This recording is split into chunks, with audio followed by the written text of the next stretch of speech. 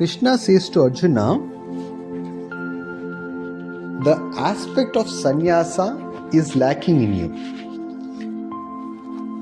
You are still swayed by the attachment and ego. None can desist from action. Man is continuously engaged in action. Therefore, the renunciation of the action, karma sannyasa, is neither realistic nor practical. Instead, while performing action, transform it into worship. Dedicate all actions to the God and perform them for the God's joy.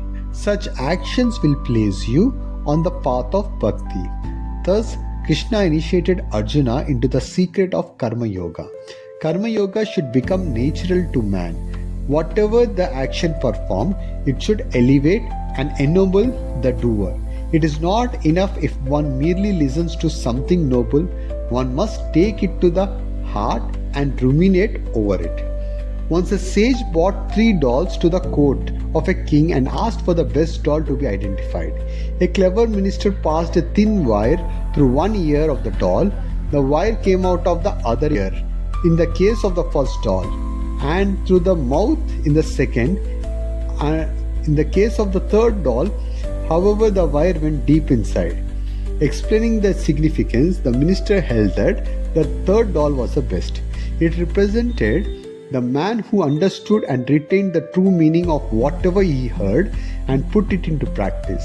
The second doll stood for the mere prattler who did not put anything he heard into actual practice, while the first signified the worst among men, he who simply let what he heard through one ear out from the other.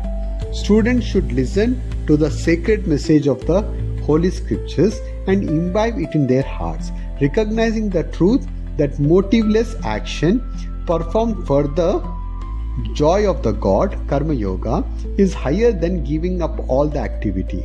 They should serve society in a selfless manner without an eye for the reward. Develop love for all so that the greed does not seize you in the state of godlessness. Also, desire and anger should be controlled to the maximum possible extent.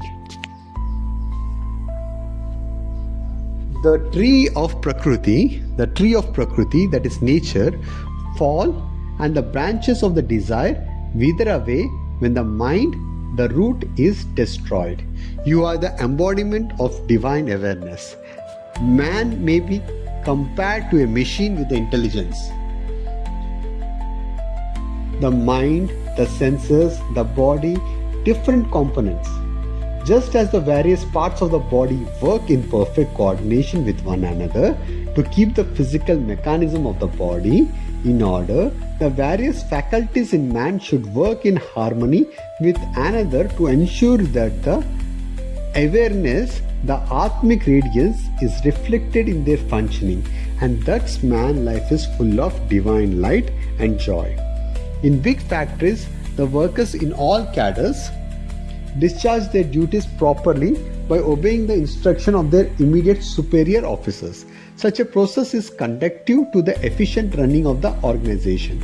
Elaborating on this theme while dealing with Karma Yoga and Karma Sannyasa Yoga, the Gita Charya addressed Arjuna and said, the sense control, the body and the mind controls the senses.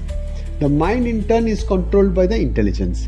Being close to the Atma, the intelligence best reflects the attributes of the Atma.